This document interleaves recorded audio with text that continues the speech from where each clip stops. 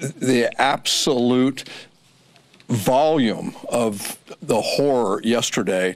There were more people killed in Las Vegas in this shooting than have been killed in any one day in either the Iraq or the Afghanistan war.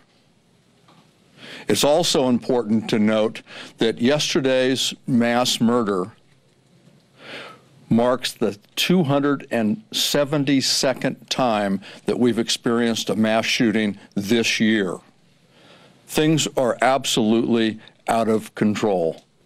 Yesterday, America saw an outdoor concert that had become a killing field.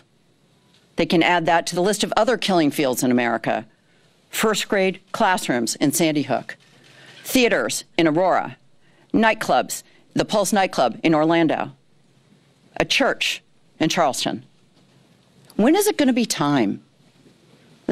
Yesterday, members of our caucus went and spoke to Paul Ryan, asked him to allow us to have a select committee, asked him to allow us to move forward, and the answer was no. The time is now.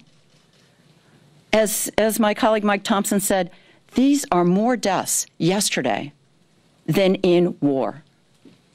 And frankly, the American people expect and demand and should demand that we take action.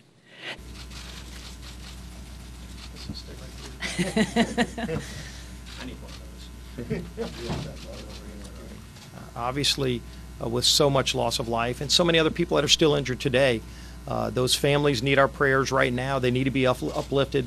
And we also need, as people are saying, what can we do to help? We also need to remember that there is a tremendous loss of blood. And go to your local blood bank and just donate blood. That alone can be a very positive sign, especially when you look at how much blood was lost, and probably will need to continue to be used at the local hospitals as people continue to be treated. We are all just reeling from this horror that we witnessed in Las Vegas. As we speak, we have a lot of people in the hospital right now fighting for their lives. Parents are grieving for their children. This is just awful. We cannot let the actions of a single person define us as a country. It's not who we are.